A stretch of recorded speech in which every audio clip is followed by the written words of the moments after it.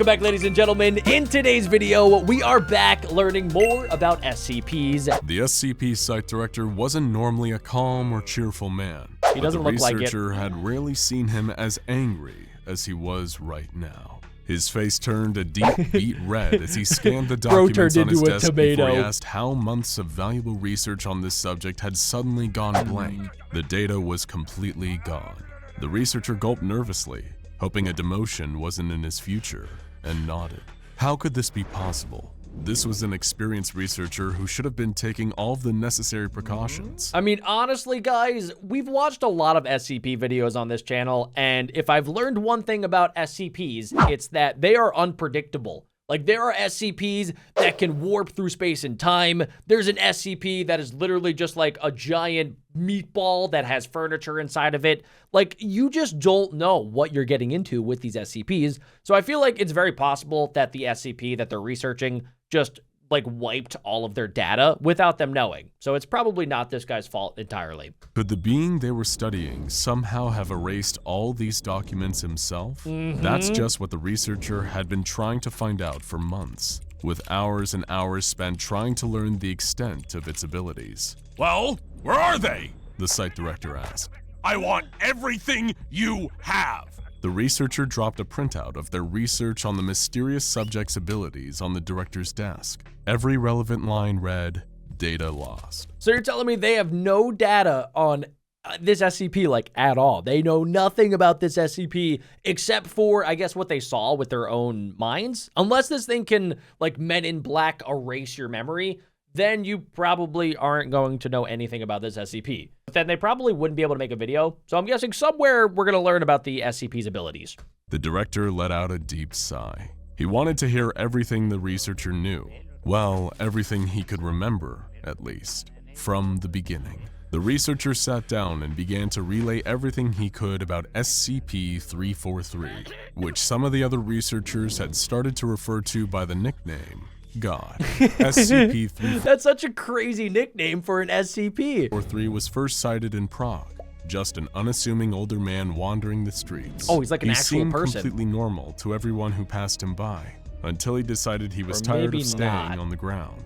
An SCP agent stationed in the area noticed the old man disappear from the streets. Okay, that's almost, I don't know, a little bit sus. Like, okay, so this guy that works at the SCP just was chilling in Prague, and out of nowhere, he sees this old guy, like, disappear. I don't know. I feel like maybe the old guy, since he's an SCP, and maybe he's not even a guy, maybe he's, like, you know, actually some sort of, like, spiritual SCP. But whatever he is, he probably wanted the SCP Foundation member to see that he was disappearing so that they could look into him. That's just a theory, though. As if he was blinking out of existence, only to appear on a rooftop nearby. The local SCP teams were marshaled, and they had soon tracked down what seemed to be a very powerful specimen. But SCP-343 didn't seem concerned. He reacted calmly when detained by the Foundation and went with them willingly. He looked so friendly. He was detained in a See, that's what makes me believe that he, like, wanted to be found. Because if he didn't, then he probably wouldn't have used his abilities in front of an SCP Foundation member. Standard holding cell for interrogation and examination, but he seemed completely at ease with his sudden confinement. It would soon become clear that this ordinary old man was anything but. Drs. Beck and Nidlovu was brought in to consult on the SCP's classification, and that's when the first anomalies began. Their assessments matched initially, but when it came time to describe him physically, things took a strange turn. Older male, seemingly nondescript and with no unusual physical features. Caucasian in appearance. Dr. Nidlovu was confused by what Dr. Beck was describing in his report. This man was clearly black. The two doctors quarreled. Okay, that is so creepy. Like, they literally went and they saw the same guy, who's probably not a guy, it's an SCP, but he looked different to both of them. That would be so crazy if you tried to explain this dude who you've seen before to another person, and, like, you're going over your report, but you reported that he looks entirely differently. Like, that would literally drive me insane. To square their differing perceptions, they decided to bring in a third impartial view to settle it. Their fellow researcher, Dr. Wan. It's going to be She completely didn't take long different before coming back with her assessment. Older male, seemingly nondescript and with no unusual physical features. Asian in appearance, possibly Chinese. Whatever SCP-343 was, he seemed to be perceived by each staff member as close in appearance to their own race. Interesting. But that was only the start of the That's kind anomalies of cool. surrounding the old man in the holding cell. Dr. Beck started making regular visits to the mysterious man, and in their first interview, he asked the old man who he was and how he came by his abilities. The old man had a simple response. I created the universe. Dr. Beck stifled a laugh and decided to indulge the old man's delusion. It was a fascinating claim, but could he prove it? Without another word, SCP-343 got up from his chair, laughed, and turned around and walked through the solid wall in the holding cell and disappeared.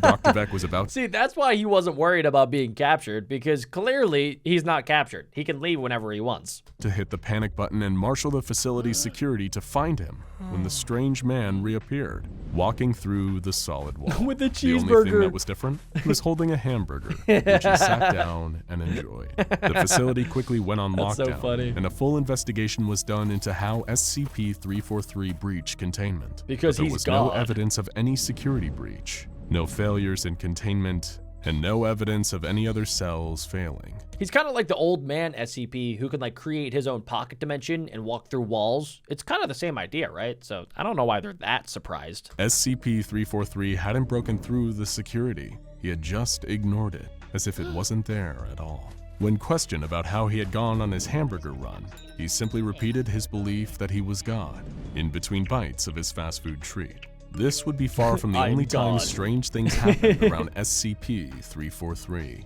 SCP containment cells are as secure as they need to be, but even the least strict containment isn't known for its decor, which is why Dr. Beck was in for a surprise the next time he paid visit to SCP-343. The bare-bones cell now looked like a comfortable home, decorated in Old English fashions. That's awesome. The scientists assumed that SCP-343 had been making many more trips out of his cell to get accessories. No, he probably just spawned it out of thin air because it seems like this guy can do whatever he wants. It doesn't matter if it's against the laws of physics and nature. He could just do it. He could just boom, spawn in whatever it is that he wants. To feel more at home. But that didn't explain all the changes to the cell. No one could explain how he had installed a roaring fireplace in the containment cell. Yeah, that's and so everyone cool. who entered could swear the cell looked many times bigger than any other cell in the facility. SCP-343 wasn't just breaking containment. He now seemed to be breaking the laws of physics in the facility. The rules of the SCP containment facility didn't seem to be a concern to SCP-343,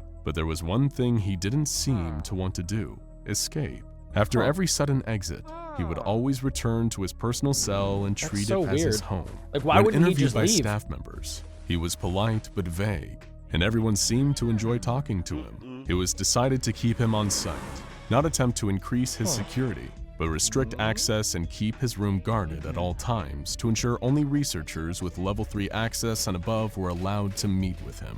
But God works in mysterious ways. This is so Minimal weird that it's an Security Site SCP we're 17 was looking one of the into. least restrictive SCP containment sites, hosting anomalies that could be safely contained and weren't likely to mount violent escapes. But as in every SCP facility, security was still taken seriously, and only those with proper clearance could interact with the subjects. So why did SCP-343 seem impossible to guard? While only level 3 clearance and above were allowed in, the guards assigned to protect the entrance all seemed to fall down on the job. Security Officer What? James, who was supposed to be keeping people out of SCP-343's cell, had instead let in multiple visitors, in addition to dropping in several times himself. When What? questioned on why he had gone against orders and done so, he simply replied that 343 seemed lonely and was so happy every time he got company Okay, that it that's just pretty seemed weird. like the right thing to do. The security So SCP-343, aka God, can get inside of the person's head and then make them think exactly what he wants them to do. guard was reassigned and new ones were brought in, but history repeated itself. Yeah, they probably did the Guards were same given thing. stricter instructions to minimize exposure, but SCP-343's presence always seemed to influence them anyway. His containment cell was a revolving door, with staff members at the facility entering regularly for friendly conversations. Dr. so Beck funny. decided it was time to take matters into his own hands. He would meet with SCP-343 one-on-one and express how dangerous these security breaches were. He would try to convince the mysterious being that he needed to stop influencing the minds of the guards watching him, or the facility would have to look into new measures to contain him. Dr. Back entered the containment cell and had a long conversation with SCP-343, and when he emerged, he had a big smile on his face, like he had just finished a reunion with an old friend. He gave the current guard a friendly clap on the back and told him not to worry so much about security. So he went in thinking that he would try to convince God that it was bad to have people come inside and they were going to have to up the security. And then he literally brainwashed this guy so that he came out being all happy and he was like, yeah, security doesn't matter. It's fine. That's After too all, good. Nothing bad was going to happen from letting people at the facility visit SCP-343, I mean, right? yeah, that's a good He wasn't point. dangerous in any way. He also said that security should bring him anything he requests so he would feel less need to leave his cell. Minimal Security Site-17 soon became a model SCP facility. So I'm really curious as to why he's staying there. Like, it seems like obviously he's getting good treatment. He's able to talk to people regularly. But like, what does this SCP want? Because usually SCPs are like scary, or they have, I don't know, some sort of like desires of what they want to do, whether it's like grow or kill or destroy. But this guy seems to just kind of be like chill, and he doesn't want to do anything bad. With morale being the highest of any site, with most giving the credit to the presence of SCP-343. Employees generally make daily visits to his chamber, and he seems to have an encyclopedic knowledge of anything they want to talk about, including things he should have no way of knowing. Guards no longer quit their posts or break protocol, as their only real duty is to keep track of who meets with SCP-343, so they can be interviewed and debriefed after. Everyone's conversation is different, but they all report being in a better mood after leaving than when they came in. So it No seems like further this is a really information good is available SCP. on SCP-343's That's origins, the full extent of his powers, or whether he is telling the truth about being the god who That's created the kind of universe. creepy, though. The site director rubbed his temples after hearing the researcher's explanation. So what you're telling me is that we have an uncontained, Pretty highly much. powerful SCP Yep. that has not only been breaking containment whenever it wants, but has managed to destroy all the files regarding the research on it. Yep. The researcher's answer was yes. However, the situation at Site-17 seemed to be stable, and they had come up with a plan that should help to maximize the positive effect SCP-343 has on I the guess facility. that's all you can They were do, even right? hypothesizing that staff from other sites and even certain anomalies could be Whoa. pacified by 343's presence. That would be kind of crazy if you sent in like Shy Guy or the statue with the SCP known as God. Like, what would happen? The site director wasn't impressed, though. He wanted the researcher to go back to the drawing board and redo the research. After all, if all the files were blank, how could they ever learn how to properly contain it? That's I what the don't think C you in will. SCP stood for, after all. Containment. The researcher finally had to stand to the director, though, and told them that it wasn't a good idea. That they had already tried everything to contain SCP-343, but that it wasn't that he broke containment. It was as if he didn't even acknowledge that an attempt had been made to contain him. He was omnipotent, aware of things he shouldn't, That's so and able to do crazy. things that broke the laws of physics without breaking a sweat. Just like There a was no God would be evidence able that to this do. was God, the creator of the universe as he claimed to be, but there also wasn't any evidence yet to conclusively prove he wasn't.